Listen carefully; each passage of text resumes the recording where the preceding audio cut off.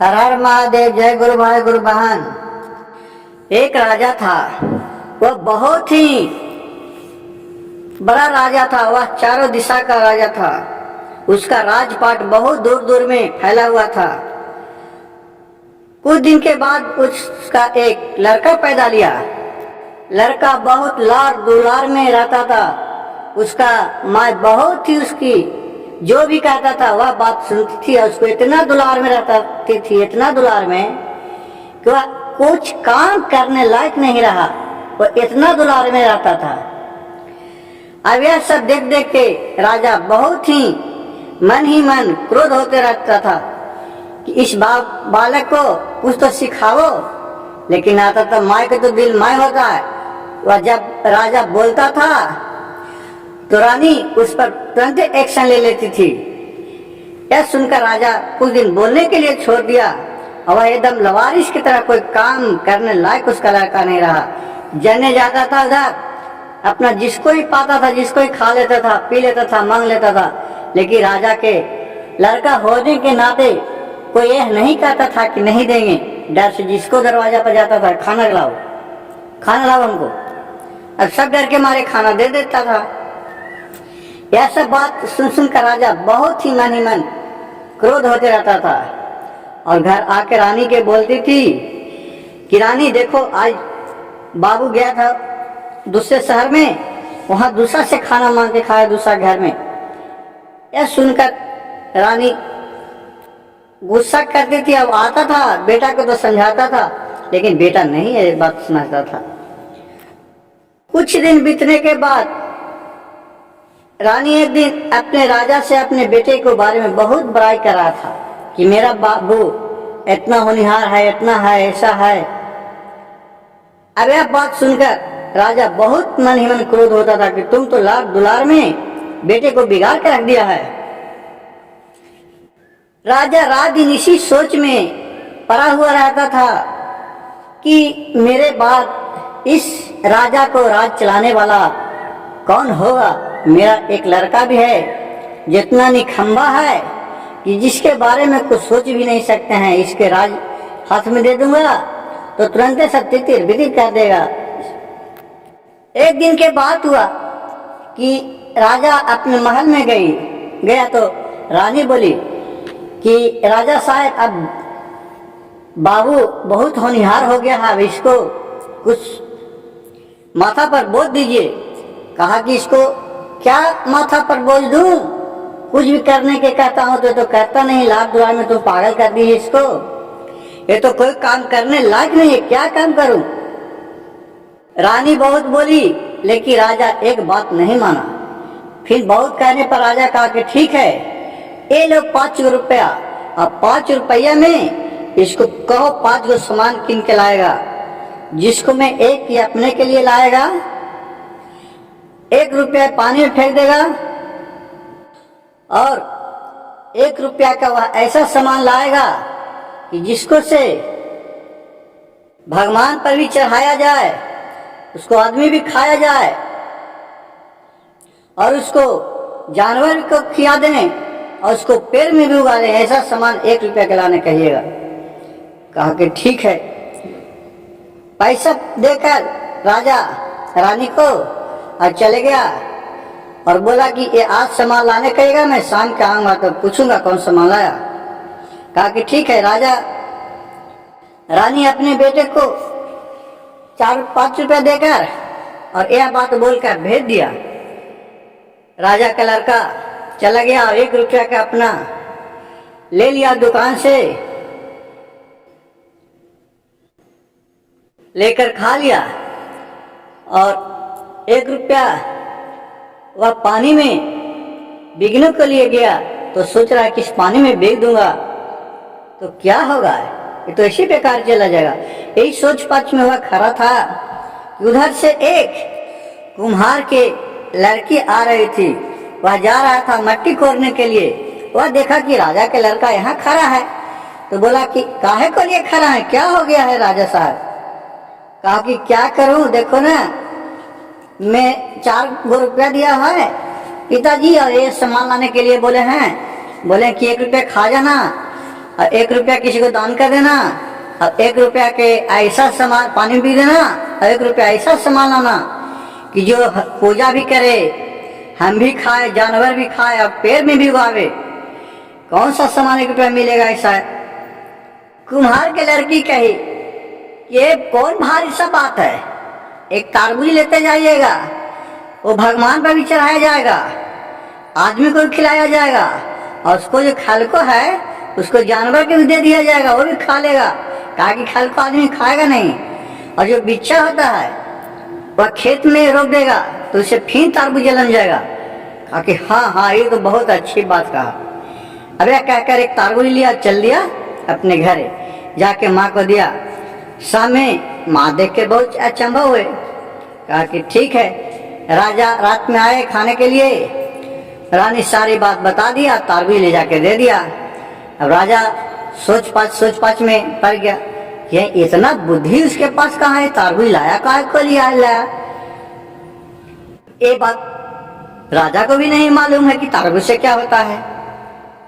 वो बेटे को अपने बुलाया, बोला कि बेटे ये तुम तारबूज काहे को लिए ले आया है? कहा कि पिताजी मैं तो तारबूज लाया, आप ही ने बोले थे कि 1 रुपया का ऐसा सामान लाना कि जो भगवान पर भी चढ़ाया जाए, पेट में खाया भी जाए, उसको जानवर को खिलाया जाए, और पेड़ में उगाया भी जाए, खेत में उगाया भी जाए।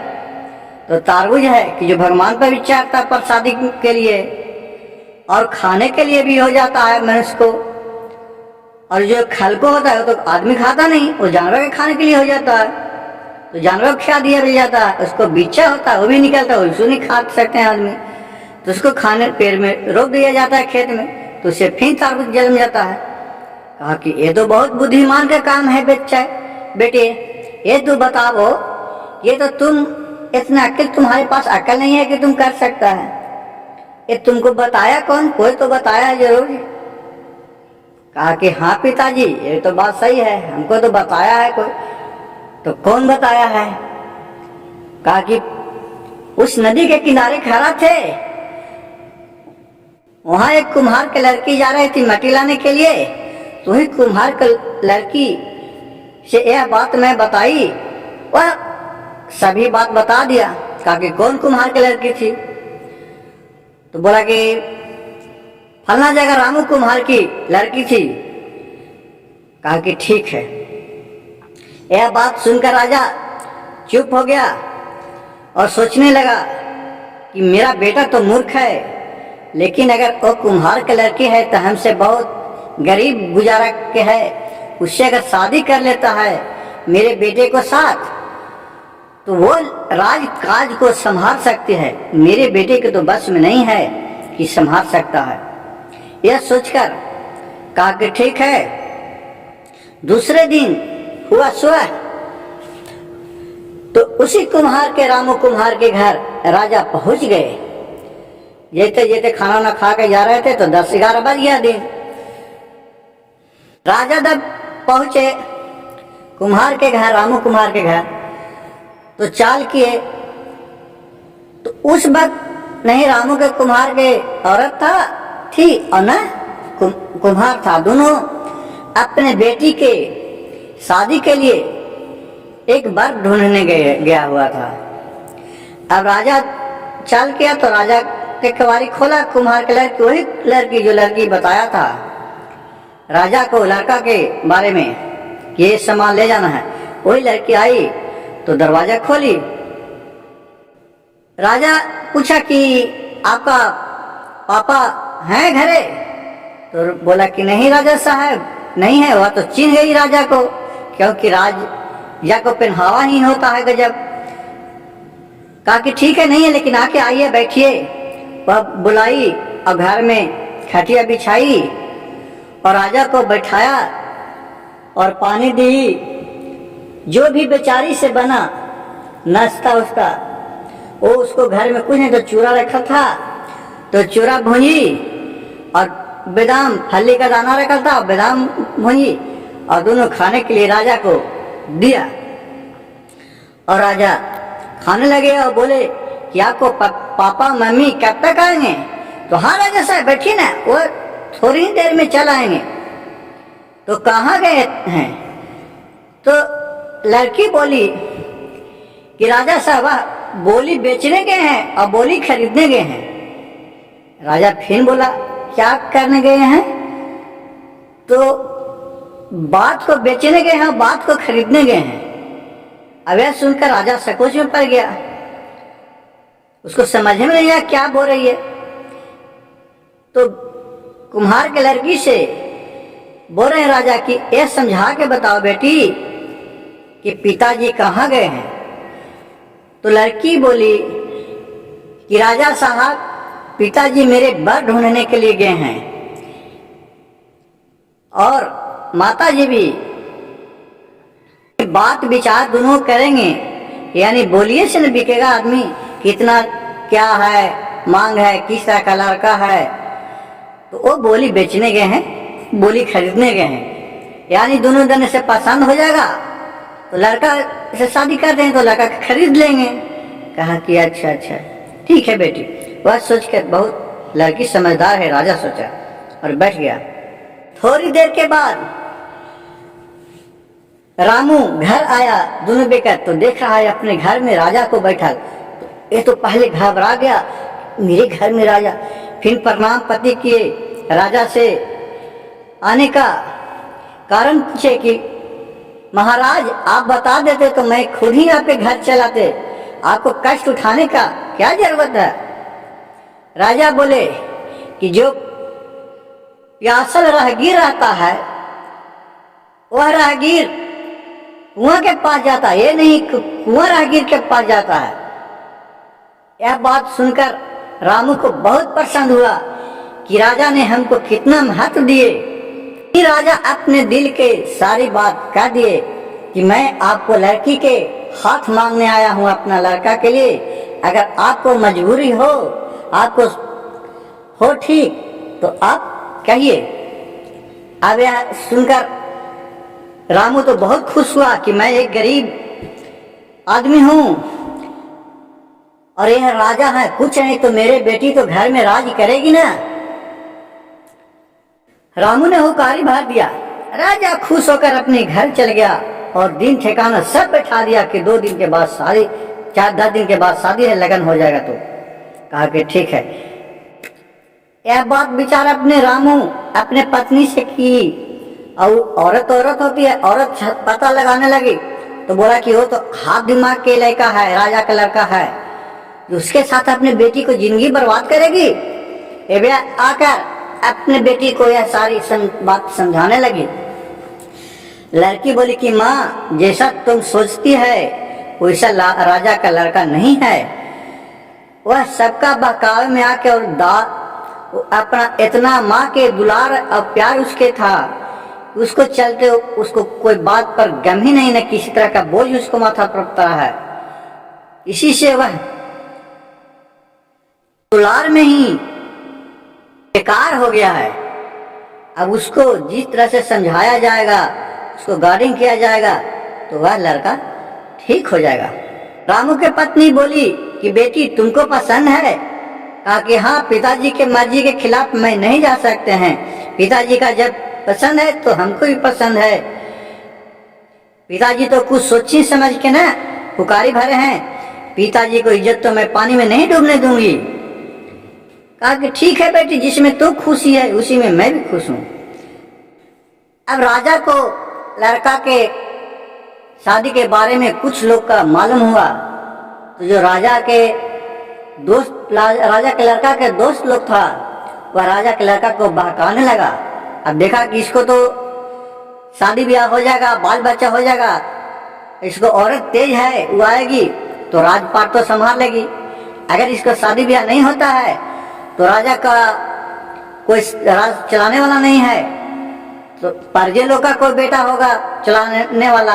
उसी के चक्कर में उसको जो दोस्त यार था और बहुत बहकाया उसको। अब बोला कि तुमको वो लड़की आएगा तब तुमको मानेगी, तुमको बात रखेगी, ये तुम उससे जाके बोलो कि हमारे ही उसी सच पर चलना कि शादी के रात में तुमको 7 जूता मारूंगा, जूते जूते। अगर तुम पिटाएगी तो ठीक है शादी करूंगा, और नहीं पिटाएगी तो शादी नहीं करूंगा। यह जाकर घर में यह बात बोल दिया। कुम्हार के घरे राजा का लड़का अब और बोल के चले आया। शाम के आया रामू, तो रामू की औरत रामू से बोलने लगा कि राजा साहब के लड़का आए थे और बोल रहे थे कि शादी की रात में लड़की को जूते जूते मारूंगा। अगर यह बात आपको कबूल है तो शादी करो, हम ही नहीं तो नहीं करो। लड़की सुनी है बात, बोले कि माँ मैं सह लूंगी। तो लड़की के माँ बोली क्यों बेटी, ये अच्छा नहीं है, नहीं करो शादी। एक नहीं माँ, उसको कोई बहकाया है तबे वो राजा के लड़का ही आया कहने के लिए। उसको इतना दिमाग नहीं है, उसका नॉलेज नहीं है। उसको जैसे तुम कहेगी समझा के उसी तरह से मानता है बात। क्योंकि उस जगह पर जब हम देखें कि खड़ा था राजा के लड़का और जो हम कहें उसको समझा के और सारी बात मान लिया, मैं कैसे कहूं कि वो बात नहीं मानता है। कहा कि ठीक है जैसी आपको मर्जी। अब समय बीता, शादी ब्याह पूरा धूमधाम से राजा करवा लिया और अपनी रामू के बेटी को अपने घर में लेके आ गया। राजा के लड़का जब दोनों गया कोहबर में तो रात भर बैठे रहे दोनों। बैठे बैठे फिर रानी को झोंकनी आने लगा। दुल्हन को जब दुल्हन सोने के लिए अपना सूत रहा तो राजा के तो लड़का के ध्यान था कि जूते जूते आज मारना है इसको, अब सूत रहे तबे तो मारूंगा इसको, मार जूता। जैसे उसको नींद पड़ा कि गते गया जूता उठाया मारने के लिए, जैसे उठाया न जूता तो रानी के बेटी जग गई इस राजा के बहू। बोली ना ना ना ना ना, ना क्या कर रहे हैं, सुनिए आगे। तो हाँ मैं बोले थे ना कि शादी की रात तुमको मारूंगी जूता से उठा के। कहा कि हाँ बोले थे, हमको याद है, लेकिन राजा साहब यह गलत बात। शादी की रात दोनों को प्रेम से रहना चाहिए, अच्छा तरी बोलना बतियाना चाहिए। ये शगुन का दिन होता है, तुमको मारना ही है तो 2 दिन के बाद मार लीजिएगा। ये 2 दिन आराम से कर लीजिए, ये मारिएगा तो हमको चोट लगेगा, रवाज छूटेगा, तो आपके मम्मी पापा आएंगे तो आप पर खिंचाएंगे, आपको फिर मारेंगे, तो ठीक नहीं ना है। तो बोली कि हाँ रानी ये तो ठीक बात बोल रही है। तो उस जूता रख दिया। फिर 2 दिन बीता। 2 दिन के बाद फिर राजा को लड़का को ध्यान लगाया कि 2 दिन के बाद बोली है रानी मारने के लिए। फिर 2 दिन के बाद रात हुआ तो मारने के लिए फिर जूता उधर से निकाला। फिर रानी जग गई, बोली कि नहीं ये क्या कर रहे हैं, आप तो बहुत समझदार आदमी हैं, आप तो समझदार राजा के लड़का हैं, आपको मैं बहू हुई है, आपको मैं पत्नी हुई, आपको अर्धांगिनी हुई, ये गंदा बात नहीं मारिए। आप मारने के लिए है तो जिंदगी तो पूरा मेरा बाकी है, आप ही को पास में रहना है, आप मार लीजिएगा, लेकिन कम से कम 15 दिन रुक जाइए, उसके बाद मारिएगा। अभी कहेगा तो 4 दिन तो सदी हलवा हुआ है, अब कहा के लिए हुआ कि 2 दिन में अपने दोनों बेकत लड़ने लगी। अब लड़ने लगेंगे तो माँ बाप आपको बोलेंगे ना आप तो अच्छा इंसान है, इतना अच्छा से उसको प्यार से समझाई। रामू के बेटी तो राजा के लड़का मान गया। कहा कि ठीक है चलो 15 दिन के बाद ही मारेंगे। कहा कि ठीक है। अब 4 दिन के बाद रामू अपने बेटी को लेने के लिए आया तो राजा फिर जो नियम कानून होता है धर्म हिंदू में, उसी तरह से अपना लड़की को ज्यादा दिन ब्याही लड़की को नहीं रखा जाता है। उसके बाद वो नहर जाती है। फिर राजा के लड़का और वो अपने बेटी को लेकर अपने घर गई। कुछ दिन बीतने के बाद फिर अपनी ससुराल आई रामू के बेटी राजा के यहाँ, और यहाँ अच्छा तरह रहने लगी और राजा को लड़का को रखने लगा। रानी एक दिन बोले अपने राजा से कि राजा अब मेरे बेटे को कुछ बोझ दीजिए, कुछ बिजनेस करने के लिए, ताकि अपना पैर पर रहने के लिए सीखे। कहा कि ये मूर्ख है, इसको क्या कहूँ क्या दूं।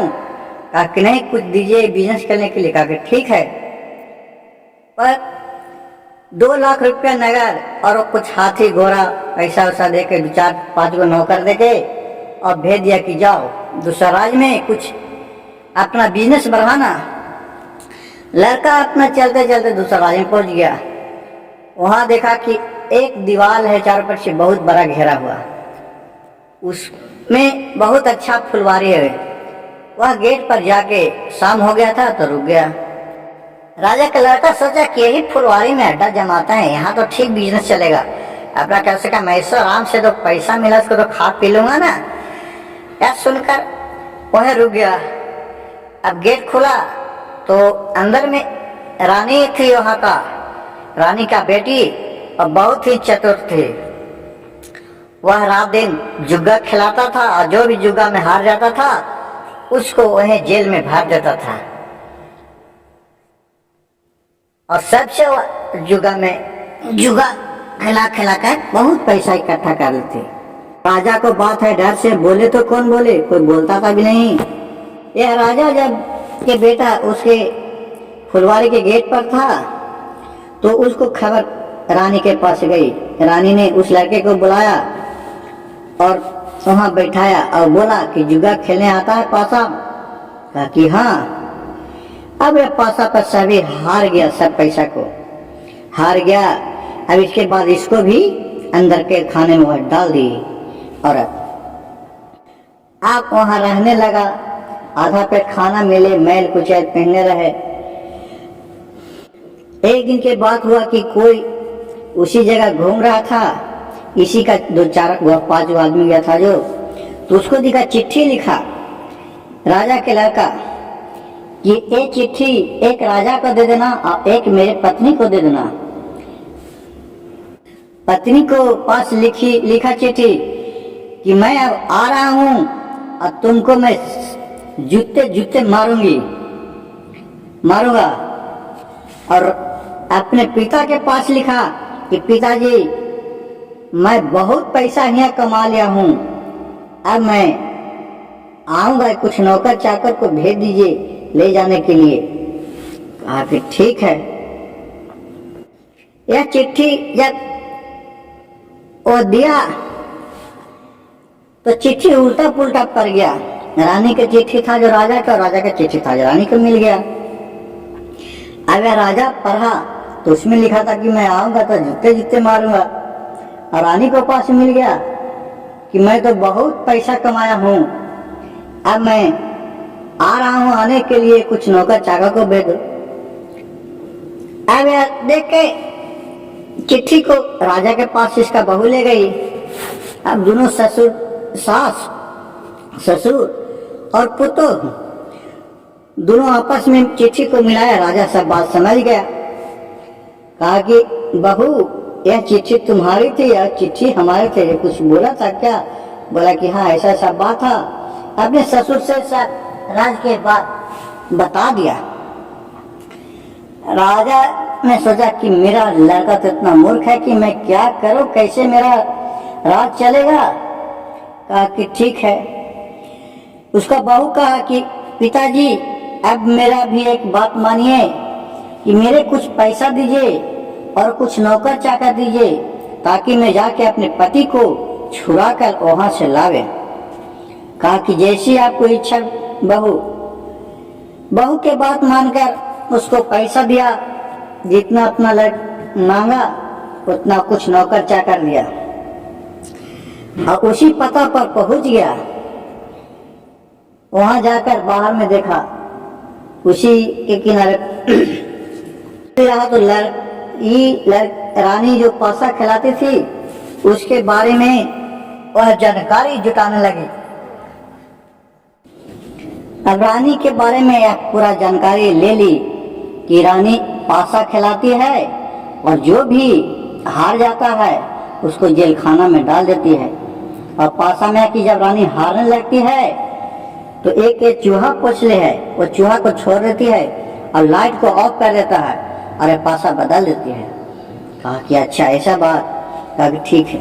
ये भी पूरा राजा के भेष में गया और यह एक अपना टोपी के अंदर टोपी पहले था, उसको अंदर एक सांप को ढुका लिया और बहुत ही यह लड़की थी जो शिव भक्त थी, शिव जी को बहुत आराधना करते थे।